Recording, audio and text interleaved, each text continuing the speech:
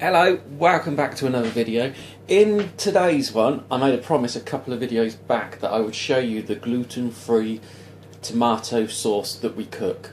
Now, it's super duper easy to do. It can be called like a Bolognese sauce if you want to add it with some mint. You can call it a meatball sauce. You can just have it as a sauce with some spaghetti. You can do whatever you like with it. You can add whatever you've got in.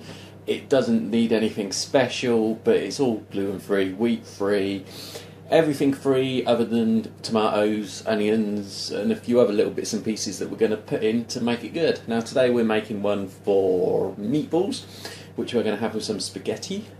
So yeah, we'll crack on and you can see what we do. Right, first up, onions. Slice and dice.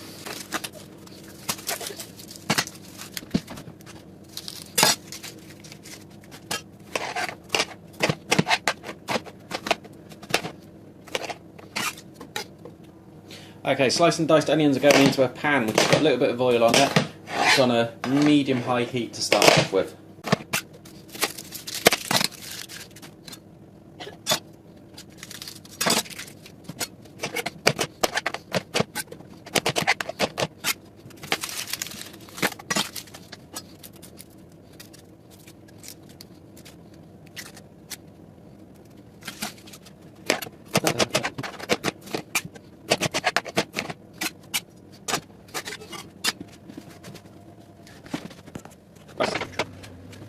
Once the onions are sliced, we put them into the pan, and you can hear the sizzle.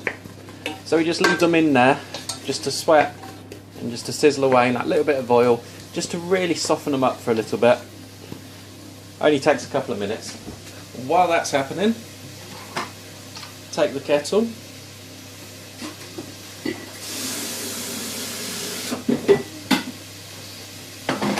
a little bit of water in the kettle.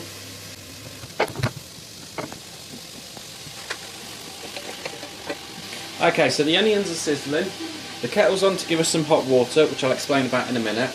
Whilst that's all happening, I found mushrooms in the fridge. These are just leftover mushrooms from whatever was had the other day. I think it was bacon, eggs and mushrooms.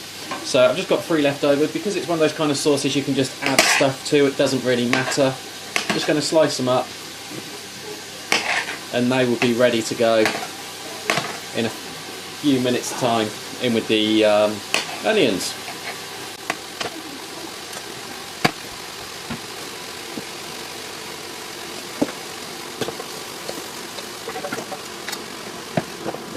Also with the mushrooms I've got some carrots.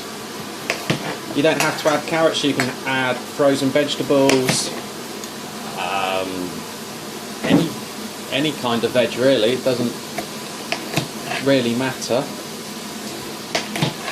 So all you're looking to do is just slice it up nice and small.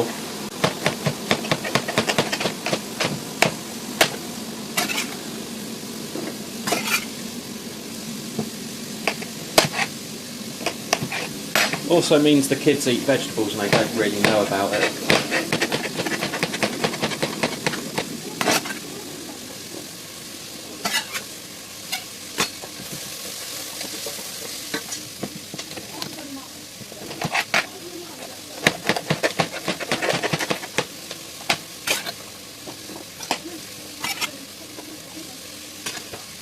Okay, so the kettle has now boiled. So what I do is I take one of these, you might have seen them from our Aldi pickup video. We get these in Aldi. They are the beef stock cubes and they are gluten-free.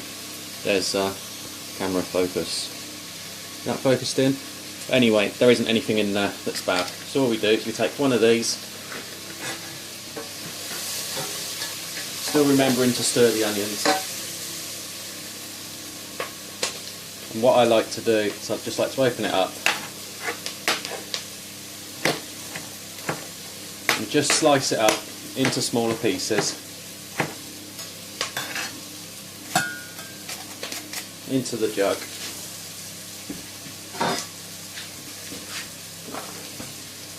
Add about 300 ml of hot water.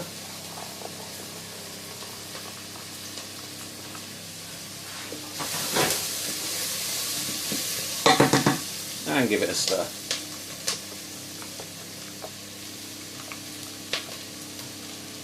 Once it looks as if almost all of it is dissolved, that's when you know you're part of the way there. Yeah, that's pretty much all dissolved. Right, so we come back over to our onions. Get you lined up. Focus. There we go. Okay, so that's the onions. They're looking quite soft, looking quite good. So what I'm going to do is I'm going to take the jug of stock and pour that in.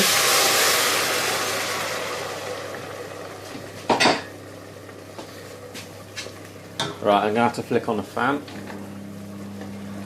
And to that stock that's bubbling away there, I'm going to add the carrots and the mushrooms that we chopped up.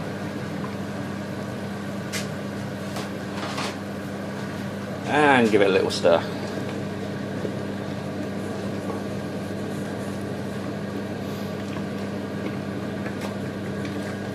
I'm sure there will be someone out there who will turn around and say, oh, you're doing everything in the wrong order, you shouldn't do it like that.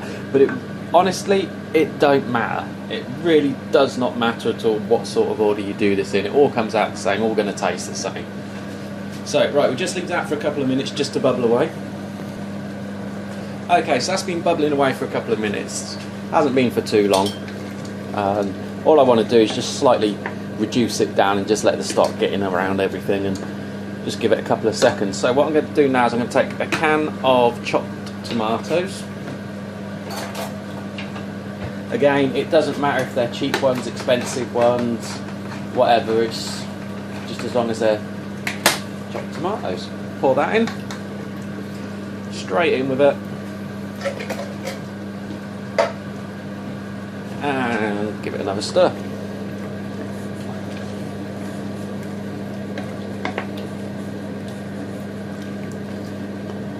Then you take tomato puree. Now when I followed a recipe, it said you need to squirt in 2 tablespoonfuls, but to be fair, I just squirt in about half a tube. Just like that. Put the lid on it and that goes back in the fridge. And guess what? Give it a stir.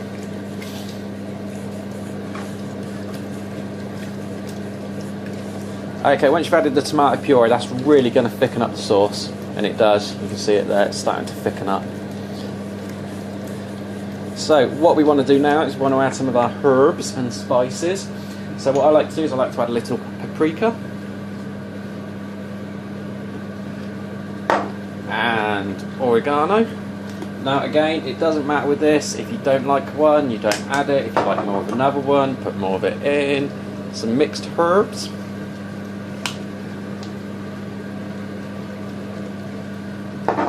And some basil.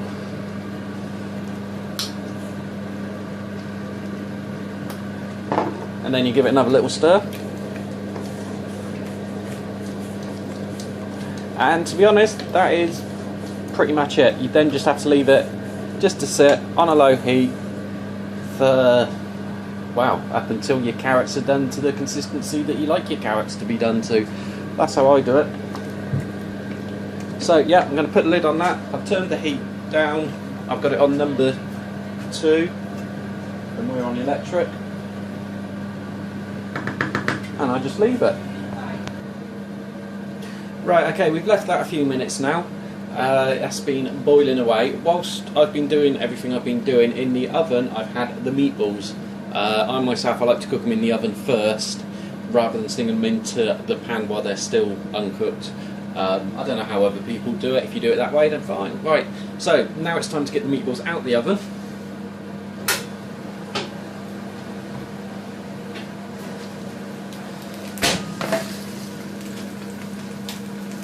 There we go. These meatballs, they came from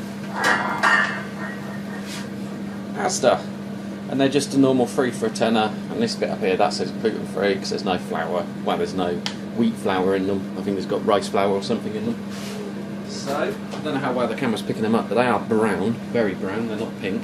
So what I'm going to do is I'm just going to pour them with everything else straight into the saucepan of our sauce that's nicely simmering away there.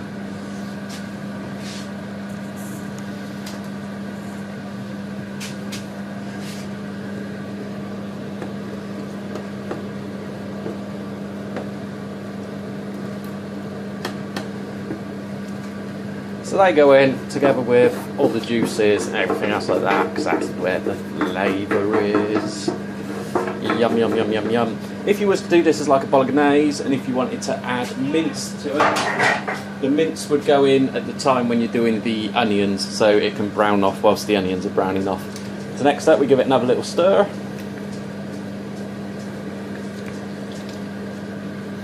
And then again, we just leave that just to bubble away, nice and slowly. Whilst over there, we got the saucepans for the spaghetti. Except I've just realised I've run out of spaghetti, so rather than using spaghetti, I'm going to be having pasta, whilst the kids are going to be having real spaghetti. Right, whack the lid back on that. And I'll see you in a bit.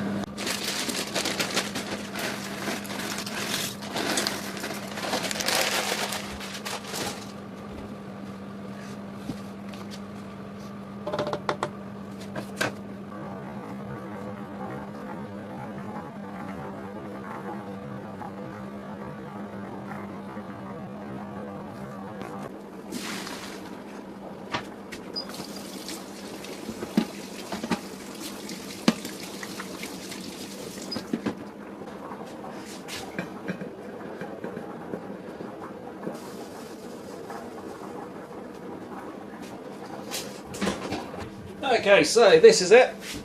It's been on for a little bit longer than I normally would do because I've had to whiz off and do some other bits and pieces in between times. But there you go, you see it's just been on a very, very slow simmer. Meatballs in a tomato-y typey sauce. Right, so now comes the fun bit. Dish it up!